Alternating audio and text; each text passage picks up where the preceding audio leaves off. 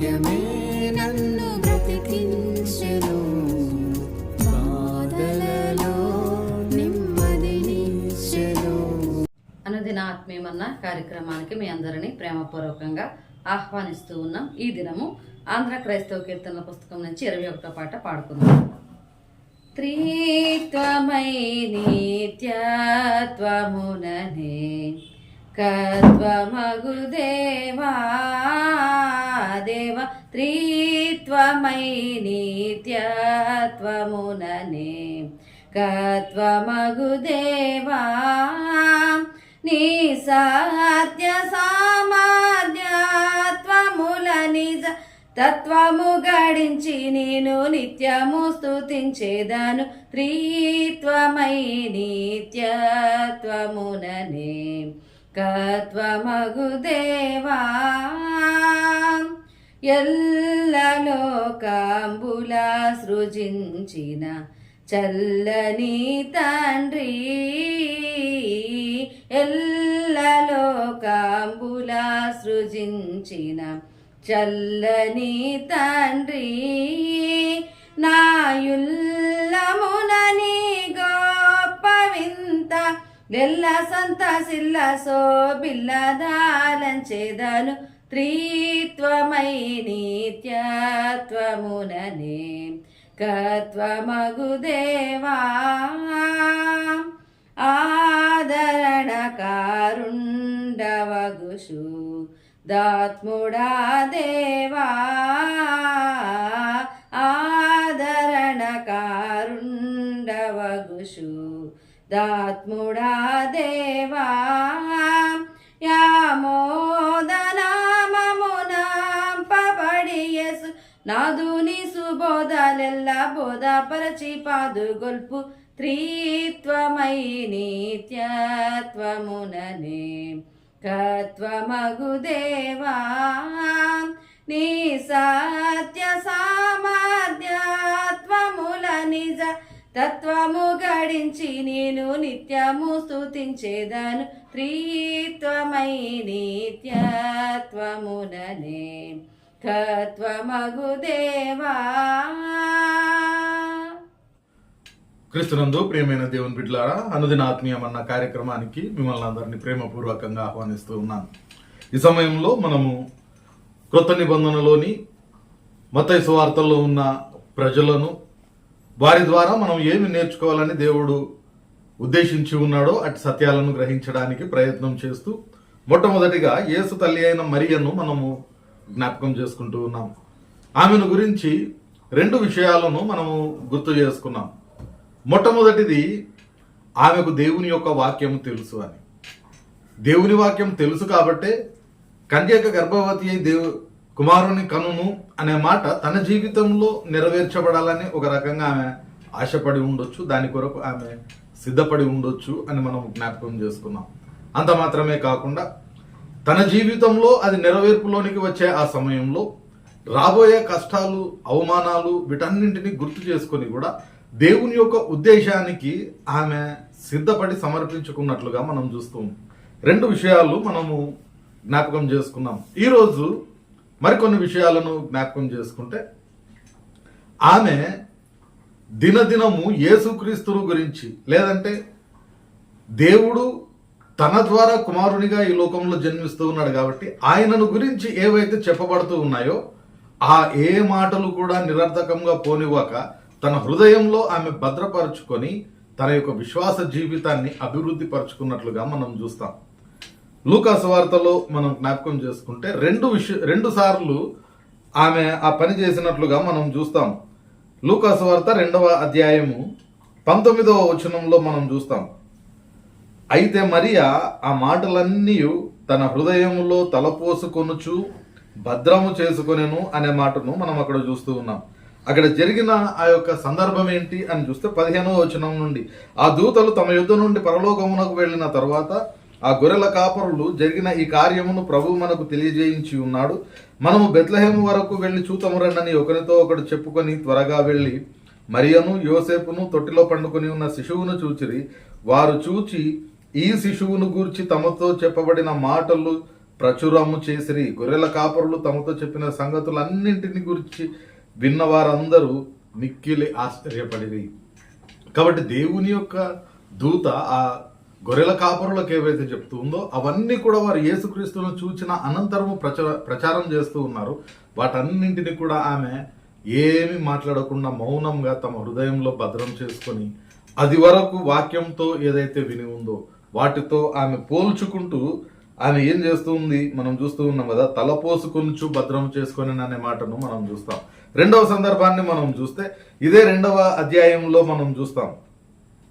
ఇక్కడ 51వ వచనంలో మనం చూస్తాం. అంతటా ఆయన వారితో కూడా బయలుదేరి నజరేతునకు వచ్చి వారికి లోబడి ఉండెను. ఆయన తల్లి ఈ సంగతులన్నింటినీ తన హృదయంలో భద్రము చేసుకునేను. ఈ 2వ సందర్భంలో జరిగిన విషయం ఏంటి అంటే 12 సంవత్సరాల వయసులో వాడుక చొప్పున వారు యెరూషలేమునకు వెళ్ళి ఉన్నారు. అయితే తిరిగి ప్రయాణంలో యేసుక్రీస్తు వారితో లేడు. వారు వచ్చిన తర్వాత యేసు తమతో లేడని తెలుసుకొని తిరిగి వారు వెళుతూ ఉన్నప్పుడు ఆ దేవాలయ అధికారులతో ప్రధానులతో ఆయన కూర్చొని తర్కిస్తూ ఉన్న ఆ సందర్భాన్ని మనం ఇక్కడ చూస్తాం. అయితే తల్లి అడుగుతూ ఉంది, ఎందుకు నీవు ఇలా చేశావు అని అడిగినప్పుడు యేసుక్రీస్తు చెప్తూ ఉన్న మాట, మీరేలా నన్ను వెతుకుచుంటిరి, నేను నా తండ్రి పనుల మీద ఉండవలనని మీరు ఎరుగరా అని అంటూ ఉన్నారు. కాబట్టి ఆ యేసు తన గర్భంలో పుట్టినప్పటికీ తన కుమారుడు కాదు, కానీ దేవుడు ఈ లోకానికి రావడానికి ఓ రక్షణ కార్యం జరిగించడానికి నన్ను ఒక పాత్రగా ఉపయోగించుకున్నాడని ఆమె గ్రహించి ఏవేవైతే ఆయన ద్వారా చెప్పబడుతూ ఉన్నాయో, ఆయనను గురించి చెప్పబడుతూ ఉన్నాయో వాటన్నింటినీ ఆమె జ్ఞాపకం చేసుకుంటూ ఉంది. యేసుక్రీస్తు మాట్లాడిన ఈ మాట అనంతరం కూడా యేసు తల్లి ఈ సంగతులన్నిటినీ తన హృదయంలో భద్రం చేసుకునేను అనే మాటను మనం చూస్తూ ఉన్నాం. కాబట్టి క్రీస్తును గురించి తెలిసిన విషయాలన్నీ, ప్రవచింపబడిన విషయాలన్నీ ఆమెకు వాక్యం కూడా తెలుసు కాబట్టి తన హృదయంలో భద్రం చేసుకొని ప్రతిదానికి ఆమె మానసికంగా ఆత్మీయంగా సిద్ధపడుతూ ఉన్నట్లుగా మనం చూస్తూ ఉన్నాం. అది ఆమెలోని 3వ శ్రేష్టమైన లక్షణంగా మనం చూస్తాం. 4వ శ్రేష్టమైన లక్షణాన్ని మనం జ్ఞాపకం చేసుకుంటే ఆమె ఏ పరిస్థితి వచ్చినప్పటికీ కూడా ఆమె వెనకాడలేదు, భయపడలేదు. కానీ తనతో పాటు ఉన్న తన కుమారుని యందు, లేకపోతే తనకు కుమారునిగా జన్మించిన ఆ దేవుని యందు సంపూర్ణమైన విశ్వాసం కలిగి ఉన్నట్లుగా మనం చూస్తాం. కారణం ఏంటంటే యోహాను సువార్తలో 2వ అధ్యాయంలో మనం చూస్తే వారు కానాలో జరిగిన ఒక వివాహానికి వెళుతూ ఉన్నారు. అక్కడ ద్రాక్షారసము అయిపోయింది. ద్రాక్షారసం అయిపోయిన సందర్భంలో అది ఎలా తయారు చేస్తారు, ఎలా వస్తుంది, అక్కడ ఉన్న ఆ ప్రజలకు తెలియంది కాదు. అది ఎంత కష్టమో, ఎన్ని దినాల ప్రయాసో ఆమెకు తెలియంది కాదు. అయినప్పటికీ తన కుమారుడు ఉన్నాడు అనే ధైర్యంతో ఆమె ఏం చేస్తూ ఉందంటే ఏ మాత్రం కూడా చింతపడకుండా, ఏ మాత్రం కూడా ఆందోళన చెందకుండా డైరెక్ట్గా యేసుక్రీస్తు దగ్గరకు వచ్చి అక్కడ ఏర్పడిన కొరతను, ఆయన పని చేయవలసిన అవసరతను ఖచ్చితంగా ఆమె తెలియజేసినట్లుగా మనం చూస్తూ ఉన్నాం. కాబట్టి ఆమెలోని 5వ శ్రేష్టమైన లక్షణము, దేనిని గురించి ఆమె చింతపడలేదు. పౌలు భక్తుడు కూడా చెప్తాడు కదా, దేనిని గురించి కూడా చింతపడకూడదు, కానీ ప్రతి విషయమందు ప్రార్థన విజ్ఞాపనల చేత కృతజ్ఞతలు చెల్లించుచు మీ ప్రతి విషయాన్ని దేవునికి తెలియజేయుడి అనే మాట ఆయన చెప్తాడు. కాబట్టి ఆమె ఏమాత్రం కూడా ఆందోళన చెందట్లేదు, కానీ ఆ అవసరతను తప్పకుండా క్రీస్తుకు చెప్తూ ఉంది. ఆయన అంటూ ఉన్నాడు, అమ్మాయి ఇది నా సమయం ఇంకా రాలేదు అని చెప్పినప్పటికీ కూడా ఆమె మాట్లాడుతూ తన శిష్యులకు చెప్తూ ఉన్న మాట, ఆయన మీతో చెప్పున్నది చేయుడి అనే మాటను మనం చూస్తూ ఉన్నాం. ఇక ఎప్పుడైతే ఆమె ఆ మాట చెప్తూ ఉందో ఆయన మీద ఆమెకున్న అపారమైన విశ్వాసం అనేది బయటపడుతూ ఉంది. అంత మాత్రమే కాకుండా ఆమె కలిగి ఉన్న ఆ యొక్క విశ్వాసమును బట్టి తన సమయం కాకపోయినప్పటికీ కూడా క్రీస్తు అక్కడ కార్యము చేయవలసిన పరిస్థితి వచ్చింది. అందుకే అది అయిపోయిన తర్వాత చెప్పబడుతూ ఉన్న మాట, ఇది యేసు చేసిన మొదటి సూచక క్రియ అని మనం చూస్తూ ఉన్నాం. కాబట్టి దేనిని గురించి కూడా చింతపడడానికి వీల్లేదు. ఇక్కడ ఆమె ఖచ్చితంగా ప్రాక్టికల్గా తన జీవితంలో చూపిస్తూ ఉంది. మనము అనేక సార్లు అనేకమైన విషయాలను గురించి ఒకవేళ చింతపడుతూ ఉంటాం, కానీ ప్రభు అయిన యేసుక్రీస్తు మత్తయి సువార్తలో చెప్పిన విషయం కానీ, లేకపోతే పౌలు భక్తుడు అనేక సార్లు మనకు జ్ఞాపకం చేసిన విషయం కానీ, దేనిని గురించి కూడా మీరు చింతపడకుడి అనే మాట చెప్తూ ఉన్నారు. మీరు చింతపడడం వలన, మీరు ఆందోళన చెందడం వలన మీ ఎత్తును పెంచుకోలేరు, తగ్గించుకోలేరు. ఒక వెంట్రుకను తెల్లగా చేయలేరు, నల్లగా చేయలేరు. ఏది మీరు చేయలేనప్పుడు చింతపడి ఆందోళన చెంది అనవసరంగా మీ విశ్వాసాన్ని కోల్పోవద్దు అని బైబిల్ గ్రంథము మనకు ఖచ్చితంగా తెలియజేస్తూ ఉంది. మరియమ్మ ప్రాక్టికల్గా తన జీవితంలో ఎటువంటి విశ్వాసం కలిగి ఉండాలో, చింత లేకుండా ఎలా జీవించాలో ప్రాక్టికల్గా మనకు ఆ సందర్భంలో జ్ఞాపకం చేస్తూ ఉంది. చివరిగా మనం జ్ఞాపకం చేసుకుంటే ఆయన ఎప్పుడైతే శిలువ మీద చనిపోతూ ఉన్నాడో ఏ విధమైన పాపము ఆయన చేయలేదు. అది యేసుక్రీస్తుకు కూడా తెలుసు. తన కుమారుడు ఏ పాపం చేయకపోయినప్పటికీ అన్యాయపు తీర్పు పొంది అన్యాయంగా ఆయన అక్కడ చంపబడుతున్నాడని తెలిసినప్పటికీ ప్రేమ చంపుకోలేక ఆయనతో పాటు ఆ శిలువ దగ్గర ఉన్నట్లుగా మనం చూస్తూ ఉన్నాం. ఆమె మిగిలి ఉన్న యేసుక్రీస్తు యొక్క శిష్యులు అందరూ పారిపోయినప్పటికీ ఆమె మాత్రం క్రీస్తును విడిచిపెట్టకుండా ఉంది. శిలువ మీద వేలాడుతూ ఉన్న ఆ యేసును చూస్తూ ఉంది. తనకు కుమారుడిగా ఉన్న వ్యక్తి ఒకవేళ చనిపోయినప్పటికీ తన యొక్క పాపములకు పరిహారము అక్కడ ఆయన చెల్లిస్తూ ఉన్నాడని ఆమె గ్రహించగలిగింది.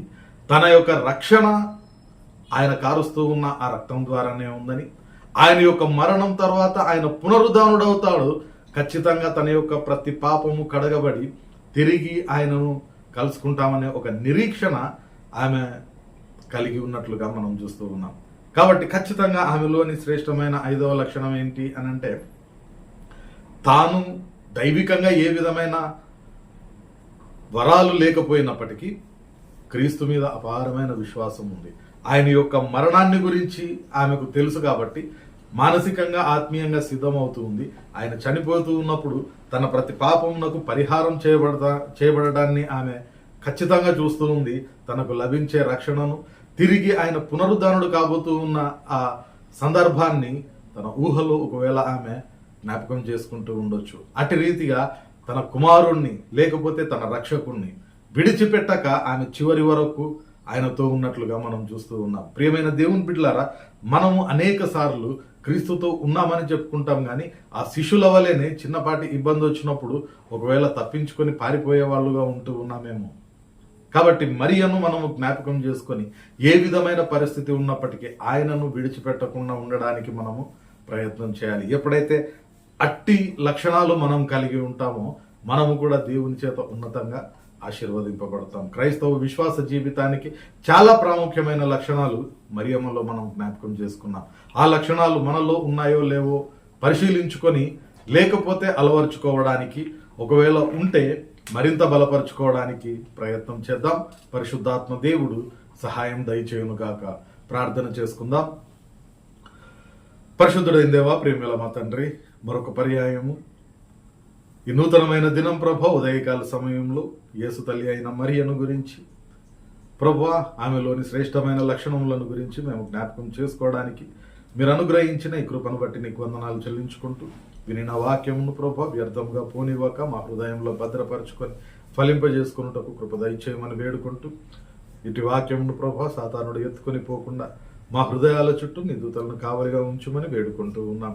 నేటి మా పనిపాటల్లో, ప్రయాణాల్లో మీరు తోడుగా ఉండి క్షేమకరంగా నడిపించుమని వేడుకుంటూ, నిశ్చితమైతే ప్రభా రేపటి దినాన మరొక పర్యాయము నీవు అనుగ్రహించే ఈ అనుదిన ఆత్మీయ మన్నాను మేము భుజించే వరకు నీ సన్నిధిని మాకు తోడుగా ఉంచుమని వేడుకుంటూ యేసు పరిశుద్ధ నామమున ప్రార్థించి వేడుకొంచున్నాం తండ్రి, ఆమేన్. తండ్రి, కుమార, పరిశుద్ధాత్మ త్రియేక దేవుని సకల దీవెనలు సదాకాలం మనకందరికి తోడయుండి నడిపించునుగాక. ఆమేన్.